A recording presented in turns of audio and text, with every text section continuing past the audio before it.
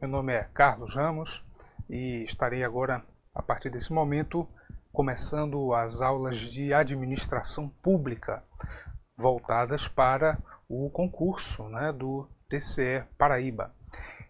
A ideia é fazer um curso basicamente em cima de resolução de questões e durante essa resolução eu vou fazendo alguns comentários, sempre apontando ali os conceitos mais importantes, aquilo que está sendo cobrado no edital desse concurso. É um curso bastante objetivo, até em função da proximidade aí das provas, tá bom?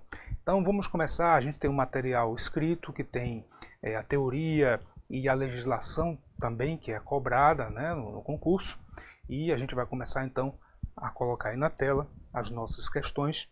Vamos seguir a ordem do nosso material escrito. Temos aí, portanto, a questão de número 1.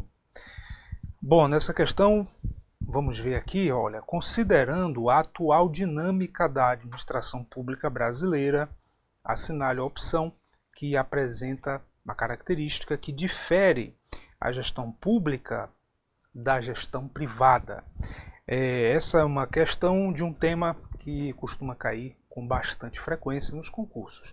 Exatamente essas diferenças aqui entre o modo de se gerir as organizações públicas e a maneira também de fazer a gestão, a gerência, a administração das organizações privadas.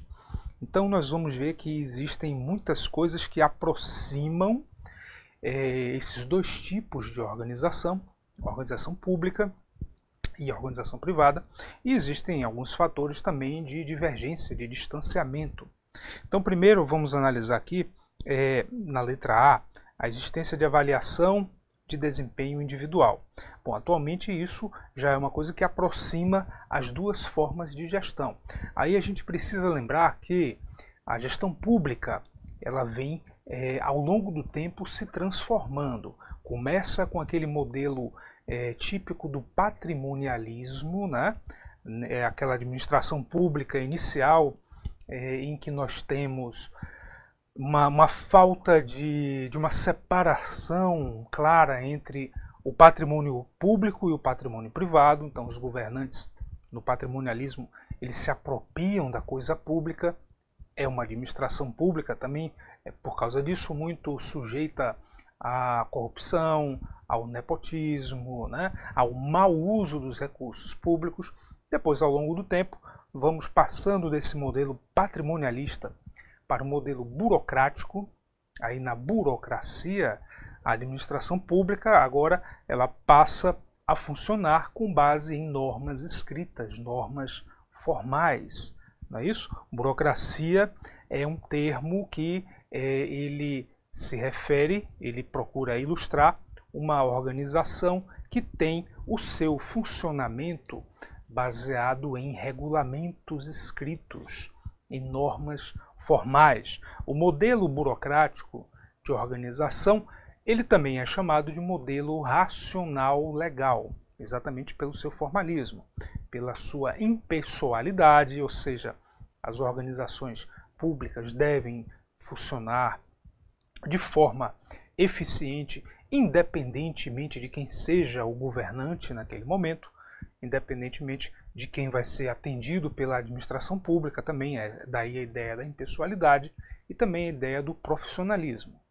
Mesmo representando um avanço em relação ao modelo patrimonialista, o modelo burocrático também enfrenta algumas dificuldades. As organizações burocráticas muitas vezes acabam cometendo excessos no formalismo, na criação de regras.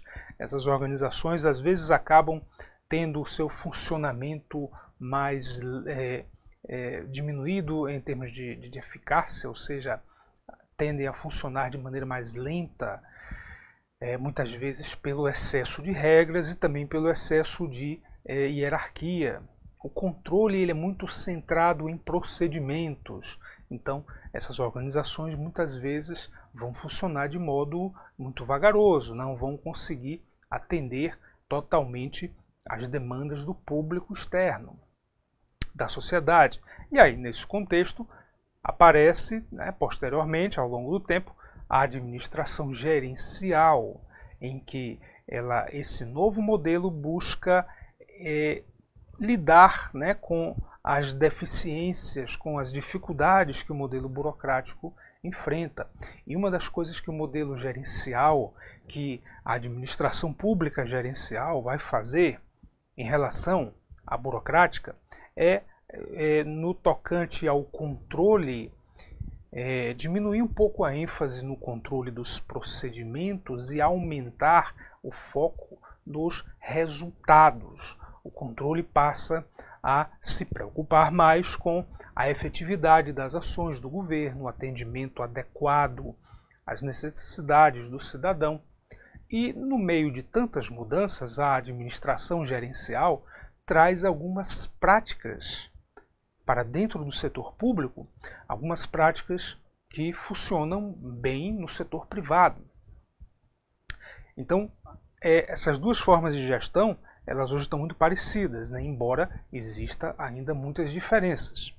Então nós vamos ver aqui o seguinte, a letra A, né, voltando à nossa questão, depois desse parênteses aí, desse contexto histórico, existe também a avaliação de desempenho individual hoje na gestão pública. Isso aí não seria um ponto de divergência entre as duas formas de gestão.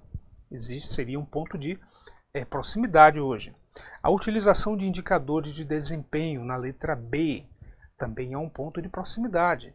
Cada vez mais as organizações públicas passam a utilizar indicadores de desempenho, ou seja, coisas que podem ser medidas para mostrar que a administração pública está tendo, por exemplo, mais eficácia. E aí a gente tem que lembrar dos indicadores, né? Indicadores de eficácia. Eles comparam o quanto a organização conseguiu chegar perto do alcance de uma determinada meta. Quantos por cento da meta eu consegui alcançar? Esse é um indicador de eficácia. Os indicadores de eficiência, por sua vez, dizem respeito ao controle do desperdício, ou seja, o quanto de insumos, de recursos, aquela organização precisou utilizar para gerar aquele resultado.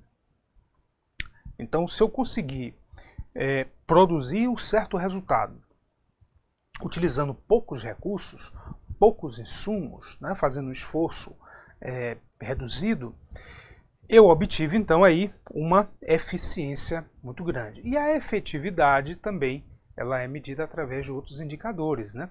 Os indicadores de efetividade, por sua vez, o que eles revelam é o impacto que foi causado para a população, para a coletividade.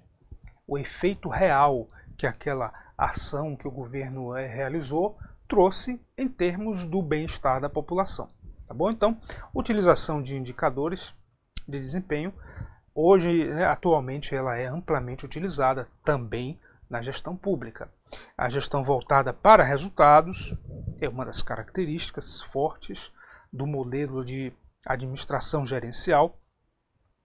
Agora, comando diluído e disperso. Aqui nós vamos colocar como uma diferença, né, de fato. Por quê? Ora, enquanto nós temos uma multiplicidade de organizações na área privada, né, com diversos personagens diferentes, diversas empresas, no caso da gestão pública, nós temos também uma quantidade muito grande, né, de organizações, porém há uma centralização maior na figura do presidente da República, né, do governador do estado, do prefeito, né, do município. Então a administração pública ela ainda segue uma cadeia hierarquizada muito forte. Então o controle ele não é tão diluído, né, ele é mais concentrado. Nós temos, por exemplo, o Estado como um todo, né, o Estado brasileiro, o governo federal, os governos estaduais, os governos municipais também. Então há uma centralização, né, muito maior. A dispersão, portanto, ela é muito menor. Marcamos aí a letra D e a letra E. Descentralização de atividades e responsabilidades é algo que também o setor público procura fazer, adequar melhor a concentração de poder decisório, por exemplo, distribuindo, dando mais autonomia para entidades que estão no nível mais baixo da hierarquia organizacional. Então, nessa questão, vimos aí vários aspectos sobre a evolução da administração pública. Vamos adiante agora, na próxima. Aqui vamos tratar também dessas convergências e divergências entre os dois modelos de gestão.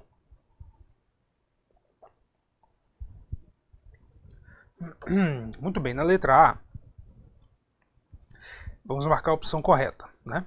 Na letra A, a gestão privada sustenta-se na autonomia de vontade, ao passo que a gestão pública baseia-se no princípio da estrita legalidade. A gente vai marcar, portanto, aqui a letra A e vamos entender o que é isso, né? Ora, os gestores privados, gerentes, administradores, executivos, na sua ação, né, no seu processo de tomar decisões de como é que vão alocar recursos, que metas eles vão definir, como é que eles vão contratar pessoas, fazer negócios, estabelecer contratos, etc. No seu trabalho diário, o gestor da área privada, ele pode fazer tudo aquilo que a lei não proibir. Tá? Então, ele tem que obedecer à lei, mas no sentido de que prevalece aí a autonomia de vontade. Tudo aquilo que a lei não proíbe, tudo aquilo que não for um ato ilícito ou antijurídico, poderá ser praticado. O gestor privado ele tem uma liberdade de ação, portanto, muito grande, quando nós comparamos com o gestor público. O administrador público, o gestor de uma organização governamental, por sua vez, ele tem que observar o princípio da legalidade, porém de um modo muito mais restritivo. É por isso que se fala de estrita legalidade. O gestor público ele só poderá fazer aquilo que a lei determina. Ele só pode fazer, portanto, aquilo que a lei manda fazer, né? Ou também ele só pode deixar de fazer aquilo que a lei também disser, né? Autorizar que não possa ser feito. A sua ação toda tem que ser pautada pela previsão legal. Portanto, a liberdade de tomar decisões e de iniciativas e de buscar resultados, etc., é muito mais limitada no âmbito da gestão pública, porque prevalece aqui o princípio, né, de tudo aquilo que não estiver legalmente determinado está proibido, tá bom? Essa é uma diferença importante e isso é muito cobrado em concurso, hein? Nos outros itens, nós vamos ver o que? Na letra B, as ferramentas de gestão privada e de gestão pública, elas diferem substancialmente, não se prestando a adaptação dessas ferramentas para a utilização em outro ambiente distinto daquele para que foi concebido inicialmente. Isso aqui está errado. Por quê? Ao longo do tempo, com o advento da administração gerencial, o que está acontecendo é exatamente o contrário. É a gestão pública cada vez mais utilizando técnicas próprias lá do setor privado, implantando planejamento estratégico, gestão de competências, gestão de projetos, gestão de conhecimentos, claro que adaptando às particularidades, às especificidades, né, à realidade do setor público. Então, as ferramentas de gestão, elas são muito parecidas, elas não diferem substancialmente. Com as devidas alterações, é claro, o setor público vem importando cada vez mais ferramentas gerenciais do setor privado. Está errada, portanto, a letra B e a letra C. Inexiste possibilidade de obtenção de lucro nas empresas públicas e sociedades de economia mista, devendo todo o valor obtido ser reinvestido na própria organização Isso também está falso. Essas empresas públicas, sociedades de economia mista, elas atuam no mercado, elas pertencem ao Estado, são controladas pelo poder público, mas elas atuam no mercado de bens e serviços, produzem mercadorias, vendem, têm lucro e distribuem uma parte desses lucros também para os seus acionistas, como qualquer empresa faria também. Bom, então está falso aí essa letra C. O erro das demais na letra D. Em todos os setores em que o Estado atuar, a gestão pública estará dotada de poderes de império, que o colocará em situação de superioridade em relação ao particular e aos demais competidores inseridos no mercado. Também está falso. Primeiro, não podemos esquecer o que é o poder de império. O poder de império é uma prerrogativa que apenas o Estado possui, que é o quê? A possibilidade que o Estado tem de cobrar de outra pessoa, né, de uma determinada pessoa física ou jurídica, o cumprimento de uma obrigação de modo unilateral, ou seja, não depende da concordância da pessoa que está sendo obrigada. Um exemplo muito claro disso é a cobrança de um imposto. Se eu realizo um fato gerador do imposto de renda, por exemplo, obtive algum tipo de rendimento. Digamos que eu vendi determinado ativo no mercado financeiro, fiz uma negociação aí com ações, opções, etc. Bom, tive o rendimento. Automaticamente eu já realizei o fato gerador, descrito lá na norma jurídica, na lei tributária. Eu estou devendo imposto de renda, o Estado tem a possibilidade de fazer a cobrança, exigir o pagamento. Eu tenho que cumprir essa obrigação. O Estado vai exigir essa obrigação de mim, independentemente de eu ter concordado ou não. Eu posso até discordar, posso achar que é muito alto, etc. Não tem jeito, eu tenho que pagar. Então esse é o poder de império do Estado. Bom, não é em toda e qualquer situação que o Estado usa o seu poder de império. Em muitas situações, vamos imaginar, por exemplo, que uma prefeitura possui um galpão, um imóvel que ela não está utilizando, e ela quer extrair alguma renda, alguma receita, e ela vai colocar esse imóvel para alugar. E um particular, uma empresa, manifesta o seu interesse de alugar, de usar aquelas instalações e concorda em fazer o pagamento de um valor mensal. Então estabelece aí um contrato de locação entre a prefeitura e a empresa. Nesse caso, não há que se falar em poder de império. A prefeitura não está obrigando, né, a empresa a fazer o pagamento, não. Houve aí uma manifestação, um acordo de vontades de ambas as partes, consubstanciado aí num contrato de locação. Então é falso dizer que sempre o Estado ele está usando seu poder de império. Não, em várias situações o Estado não usa esse poder de império e se submete a obrigações de caráter contratual, como qualquer um de nós, pessoas físicas e como qualquer pessoa jurídica. E finalmente aqui na letra E, visando dar maior celeridade e efetividade à ação pública, a gestão pública deve adotar os mesmos pressupostos gerenciais de eficiência e de eficácia da gestão privada. Isso também é falso porque podemos falar em eficiência e em eficácia dentro do setor governamental, mas prestando atenção nas suas particularidades. Por exemplo, se uma empresa privada ela obtém lucro, ela consegue gerar caixa, né, gerar recursos financeiros, isso é bom para os seus acionistas, essa empresa está sendo eficiente. Do ponto de vista do governo, não tem muito sentido gerar caixa, lucro. Na verdade, o que o governo tem que fazer é usar bem os recursos das suas receitas para atender ao máximo de demandas da sociedade. Então, o objetivo do governo não é de ter lucro financeiro em suas operações, é maximizar os resultados em termos de bem-estar da sociedade.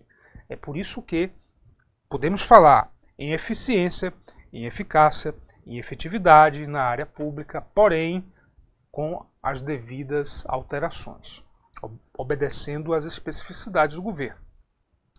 Vamos adiante agora. Temos agora a questão de número 3. que também vai tratar dessas diferenças, né? O que é que nós temos aqui na letra A? Tanto na gestão pública quanto na privada, práticas de transparência e de equidade são obrigatórias. Então precisamos ter muito cuidado nas questões de administração pública com o sentido das palavrinhas, né? Quando falamos em transparência, o que é isso? Transparência é a necessidade das organizações mostrarem ao público externo as suas operações, seus resultados, receitas, despesas, o resultado disso, né, lucro ou prejuízo, o atendimento dos desejos aí do público, a qualidade dos seus produtos e serviços. Isso é importante realmente nas duas áreas, na gestão pública e também na gestão privada. Agora, quando falamos em equidade, aqui já é uma outra ideia, né? Equidade já está ligada àquela ideia de isonomia, né? Não exatamente de igualdade, mas mais no sentido de isonomia, no tratamento igualitário para pessoas que se encontrem ali na mesma situação e um tratamento adequado para pessoas numa situação particular, diferente, de acordo com critérios legais. Então, a equidade está muito ligada à ideia de justiça, de busca pelo bem-estar e pela justiça na sociedade. Isso é preocupação basicamente da área pública. A área privada não está muito preocupada exatamente em ser justa nas suas ações, ela está mais preocupada aí com a realização do lucro. Ela tem outros objetivos ligando aí a sua finalidade básica. Tá bom? Ligados à sua finalidade básica. Então, essa letra A está errada. Na letra B, princípio de legalidade, impessoalidade, moralidade, publicidade e eficiência, eles devem ser obedecidos obrigatoriamente de forma igualitária pela administração pública e privada. Primeira coisa, esses princípios aqui, legalidade, impessoalidade, moralidade, publicidade e eficiência, você estuda muito isso lá em direito administrativo, né? São princípios constitucionais e princípios explícitos, né, ou expressos no texto legal. São voltados basicamente à administração pública, é o que a Constituição está dizendo. Tá? É claro que a administração privada ela procura ser também eficiente, ela procura dar publicidade a seus atos, mas não porque a Constituição manda. E de uma forma também muito particular, porque no caso da legalidade nós já vimos que a administração privada tem que obedecer à lei. Em que sentido? Ela não pode fazer coisas que a lei proíba. A administração pública, por sua vez, ela só pode fazer aquilo que a lei determina. Então a maneira de observar, né, esses princípios básicos também é diferente. A letra B está errada. E a letra C? O governo e as empresas públicas elas existem para servir a interesses gerais da sociedade, ao passo que as responsabilidades das empresas privadas são inerentes à natureza e à dimensão do poder a elas atribuído legalmente. Então está errado, né? Empresas privadas, a lei atribui um poder para elas, né? Não é o caso. Normalmente a lei define atribuições e poderes para órgãos da administração pública também. Então essa letra C não se aplica, está errada. Vejamos aqui a letra D agora. Na administração pública, tal qual na iniciativa privada, o administrado / cliente ele só pode ser cobrado pelo bem ou pelo serviço que efetivamente utilizar. Bom, está falso também, né? Na iniciativa privada, tudo bem, está valendo isso, eu só tenho que pagar por um bem ou por um serviço que eu contratei, eu encomendei, eu utilizei de alguma maneira. Agora, na administração pública, eu pago também por coisas que eu não utilizo.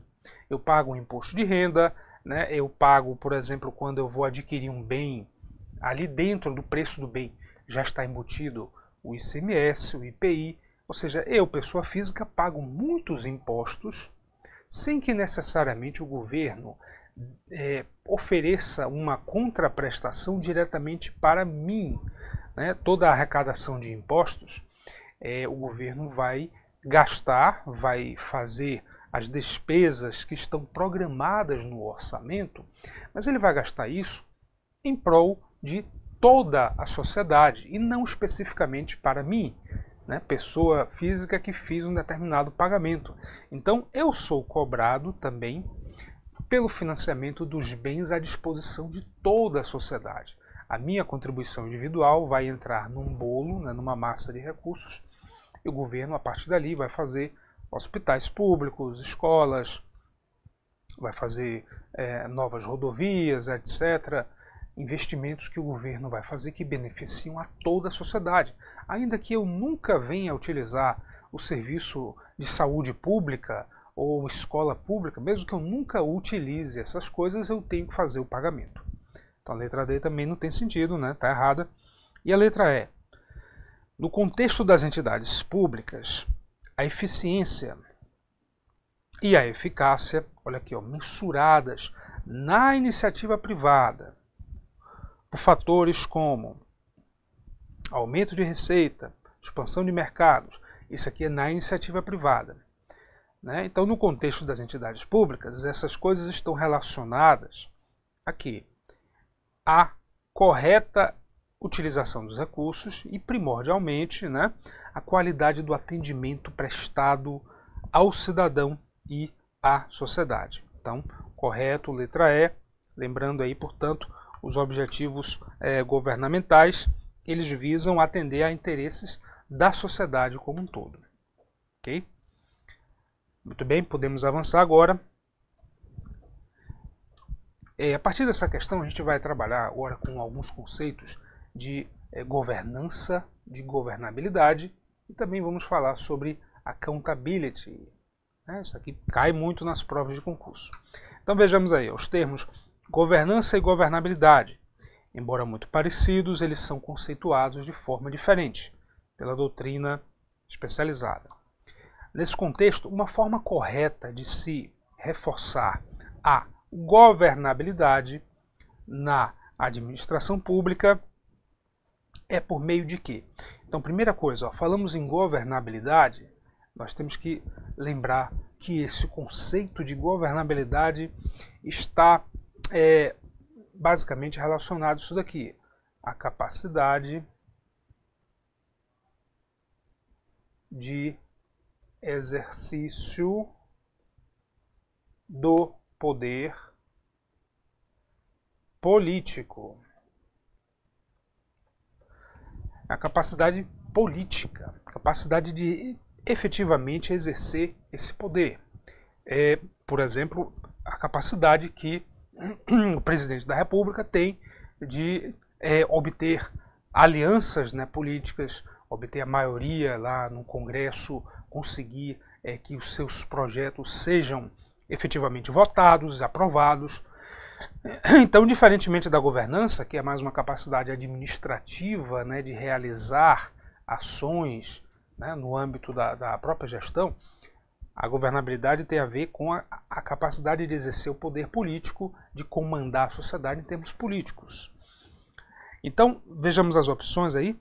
Definição de planos de trabalho para a administração pública. Isso tem mais a ver com governança. Governança é o quê? É a capacidade administrativa do governo, financeira, tecnológica, de efetivamente implementar os seus planos, de realmente realizar as ações governamentais, de mobilizar a máquina administrativa, de fazer com que a administração pública efetivamente funcione. Então esse item na letra A, ele se presta mais à governança do que à governabilidade. Na letra B, a previsão constitucional de estrutura de comando da administração pública. Aqui sim, vamos marcar, diz respeito à governabilidade. Por quê? Eu estou falando aqui, ó, de comando, estou falando de uma previsão constitucional, então de uma norma, né, da Constituição dizendo como é que o poder político ele vai se como é que ele vai se manifestar, como é que ele vai de fato ser exercido. Então a letra B responde aí adequadamente. Os outros itens, vamos ver aqui a letra C, ocorrência de superávites fiscais decorrentes de uma política fiscal restritiva quanto aos gastos. Isso apenas diz respeito ao equilíbrio fiscal, o governo conseguir gerar, né, um superávit fiscal, conseguir equilibrar aí adequadamente receitas e as suas despesas. Não diz nada quanto à capacidade administrativa do governo, se vai aumentar ou diminuir. Interferência de países estrangeiros, aí nós estamos falando, na verdade, de problemas relacionados à soberania, né? Soberania já é outro conceito, que é o quê? É a capacidade do Estado de se autodeterminar perante outros Estados-nações, de não sofrer ingerência de outros Estados nos seus assuntos internos. E a letra E, a transição da estrutura administrativa burocrática para a gerencial, aí estamos falando de outro conceito, né? Daquele momento de crise do Estado, de crise fiscal, de crise do modelo burocrático e a tentativa de superação desses problemas com o advento da administração gerencial. Portanto, nessa questão 4, ficamos aí com a letra B de bola e chegamos aqui ao final desse módulo inicial.